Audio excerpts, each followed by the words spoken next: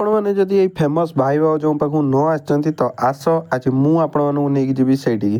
ସକାଳୁ ସକାଳୁ ଉଠିନଥିଲି ଶୋଇଥିଲି ମାନେ ମିଛ ଟିକେ କହିଦେଲି ଉଠି ତା କିଛି ସମୟ ଭିତରେ ପଳେଇ ଆସିଥିଲା ମୋ ଦିଦି ମାନେ ମୁଁ ବିଛଣାରେ ଶୋଇଥିଲି ତଥାପି ସେ ପଳେଇ ଆସିଥିଲା ଭୁବନେଶ୍ୱର ଆସି ପହଞ୍ଚିଲାଣି। ତାପରେ ଆମର ଏଠି ଦେଖିପାରୁଥିବେ ରନ୍ଧା ହେଉଛି ତ ଏତେ ଲୋକଙ୍କ ପାଇଁ କ'ଣ ପାଇଁ ରନ୍ଧା ହେଉଛି ତ ଆମ ଘରୁ କୁଣିଆ ବି ଆସିଛନ୍ତି ଦେଖିପାରୁଥିବେ ହେଲା ଆମ ଟିକି ଦେଇ ତ ଇଏ ବି ଆସିଛି ତ କ'ଣ ପାଇଁ ଆସିଛି ନା ଆସ କହୁଛି ତ ଏଠି ଏତେ ରନ୍ଧା ହେଉଛି କାହିଁକିନା ଜେଜେଙ୍କର ଆଜି ଶ୍ରାଦ୍ଧ ତ ଗାଁ ଖାଇବା ଅଛି ସେଥିଲାଗି ଏତେ ସାରା ରନ୍ଧା ହେଉଛି।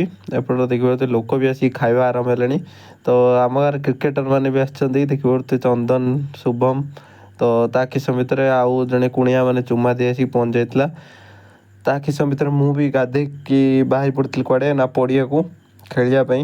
ତ ଆପଣମାନେ ଜାଣିଛନ୍ତି କ୍ରିକେଟ ଖେଳିବା ତ ନିହାତି ଦରକାର ତ ରଜ ପାଇଁ ଆମର ଏଠି ପ୍ଲାନ୍ ଚାଲିଛି କ'ଣ କରିବେ କ'ଣ ନାହିଁ ତ ସେଥିଲାଗି ସବୁ ଆମ୍ବ ଚଉଁଳେ ବସିଛନ୍ତି। ତା କିଛି ସମୟ ଭିତରେ ମୁଁ ପଳେଇ ଆସିଲି ପିଚ୍ ପାଖକୁ ଟଚ୍ ବି ପକାଇ ଦେଇଥିଲି ଟଚ୍ ବି ଆଜି ମୁଁ ଜିତି ଯାଇଥିଲି। ତାଙ୍କର ଆମର ମ୍ୟାଚ୍ ହେଇଥିଲା ଟୋଟାଲ୍ 3ଟା ମ୍ୟାଚ୍ 3ଟାରୁ 2ଟା ଆମେ ଜିତି ଯାଇଥିଲୁ ଆଜି ତ ବହୁତ ବଢ଼ିଆ ମ୍ୟାଚ୍ ହେଇଥିଲା। ଏକାଠି ଆମେ ଆଜି 50 ମାରିଛେ ଗୋଟେ ମ୍ୟାଚ୍ରେ ସର୍ଟ ବାଉଣ୍ଡ୍ରିରେ ତ ସେଇଟାରେ 80 ରନ୍ ଟାର୍ଗେଟ୍ ଥିଲା ତାଙ୍କୁ।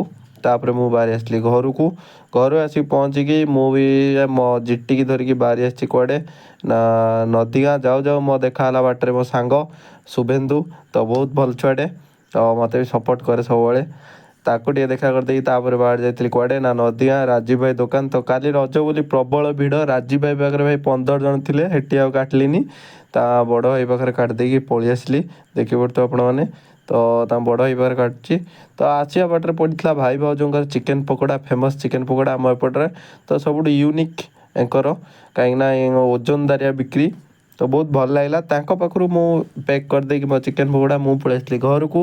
ତ ଆଜି ପାଇଁ ଏତିକି ରହୁଛି ଯେଉଁମାନେ ବି ସେଠି ଖାଇଛ କମେଣ୍ଟରେ କହିବ ତ ରହୁଛି ବାଏ ବାଏ।